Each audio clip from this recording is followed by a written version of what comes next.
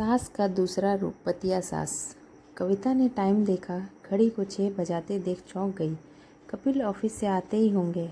Kitty party तो ख़त्म हो गई थी, पर सब अभी भी गप्पे मार रही थी। किसी को घर जाने की जल्दी नहीं थी। कविता ने अपना पर्स संभालते हुए कहा, मैं चलती हूँ, 6 बज गए हैं। नीरा ने आंखें तरेरी, तुझे क्या जल्दी है? मियाँ बीवी अकेले हो, मुझे देखो, अभी जाऊँगी तो सास का मुंह बना होगा। यह सोचकर अपना यह आनंद तो नहीं छोड़ सकती ना।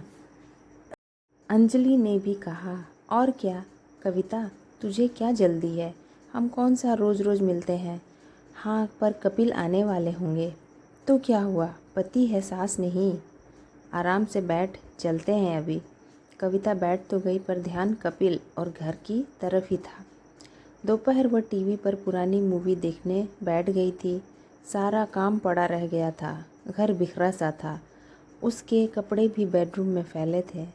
ड्राइंग रूम भी अव्यवस्थित था। वह तो 4 बजे तैयार होकर पार्टी के लिए निकल आई थी। उसे अपनी सहेलियों के साथ मज़ा तो आ रहा था, पर घर की अव्यवस्था उसे चैन नहीं लेने दे रही थी। वह बैठ नहीं पाई, उठ गई, बोली, चलती हूँ यार, घर पर थोड़ा काम है। हाँ, तो जाकर देख लेना कौन सी तेरी सास है घर पर, आराम से कर लेना। सीमा झुंझलाई, ऐसे डर रही है जैसे सास हो घर पर। कविता मुस्कुराती हुई सबको बाय कहकर निकल आई। घर कुछ ही दूरी पर था। सोचा कि आज शाम की सैर भी नहीं हो पाई, हैवी खाया है, थोड़ा पैदल चलती हूँ, चलना भी हो जाएगा। फिर वह थोड़ी देर तेज कदमों से घर की तरफ बढ़ गई। सहेलियों की बात याद कर मन ही मन मुस्कुरा दी कि वह कह रही थी कि सास थोड़े ही है घर पर। उन्हें क्या बताऊं, चचिया सास, ददिया सास तो सब ने सुनी होगी। पता नहीं पतिया सास किसी ने सुनी भी है या नहीं। पति या सास, पर वह सड़क पर अकेली हंस दी। जब उसका विवाह हुआ, सब सहेलियों ने ईर्ष्या करते हुए कहा था, वाह कविता, क्या पति पाया है। न सास न ससुर, अकेला पति मिला है। कोई देवर ननद का चक्कर नहीं। तू तो बहुत ठाठ से आज जिएगी। कविता को भी यही लगा था। खुद पर इतराती कपिल से विवाह के बाद वह दिल्ली से मुंबई आ गई थी। कपिल ने अकेले जीवन जिया है। वह उसे इतना प्यार देगी कि वे अपना सारा अकेलापन भूल जाएंगे। बस वह होगी, कपिल होंगे, क्या लाइफ होगी। कपिल जब 3 साल के थे तभी उनके माता पिता का देहांत हो गया था। कपिल को उनके मामा मामी ने ही दिल्ली में पाला पोसा था। नौकरी मिलते ही कपिल मुंबई आ गए थे। खूब रंगीन सपने संजोए कविता ने घर गृहस्थी संभाली तो 1 महीने में ही उसे महसूस हो गया कि कपिल को हर बात, हर चीज़ अपने हिसाब से करने की आदत है। हमेशा अकेले ही सब मैनेज करने वाले कपिल को एक एक चीज़ अपनी जगह साफ सुथरी और व्यवस्थित चाहिए होती थी। घर में जरा भी अव्यवस्था देखकर चिढ़ जाते थे।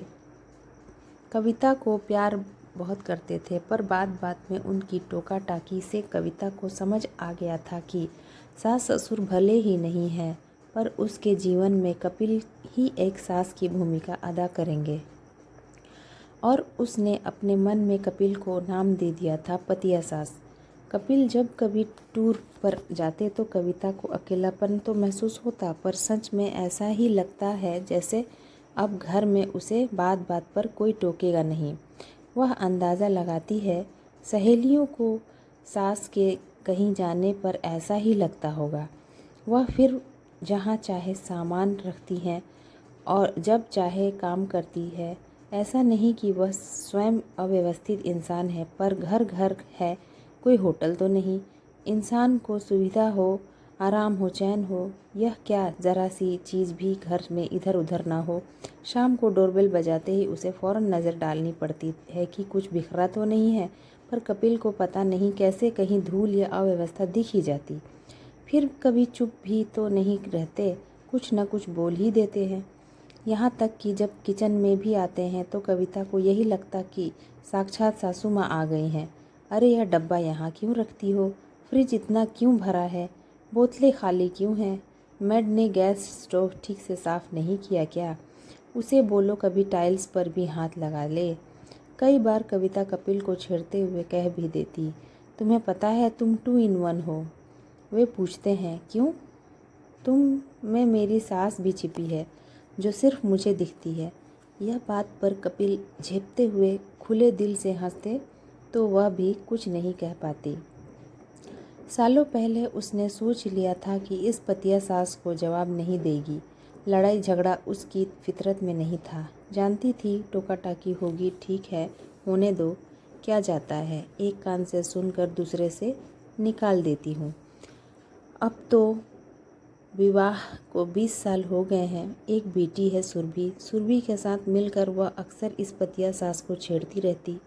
2 ही तो रास्ते हैं, या तो वह भी बहू बनकर इस पतिया सास से लड़ती रहे या फिर रात दिन होने वाले टोका टाकी की तरफ ध्यान ही न दे, जैसा कि वह सचमुच सास होने पर करती। सुरभि भी क्लास से आती होगी। यह सोचते सोचते वह अपनी बिल्डिंग तक पहुंची ही थी कि देखा कपिल भी कार से उतर रहे थे। कविता को देखकर मुस्कुराए। कविता भी मुस्कुराई और घर जाकर होने वाले वार्तालाप का अंदाज़ा लगाया। अरे ये कपड़े क्यों फैले हैं, क्या करती हो तुम, 10 मिनट का काम था, यह सुरभि का चार्जर अभी तक यहीं रखा है, वगैरह वगैरह।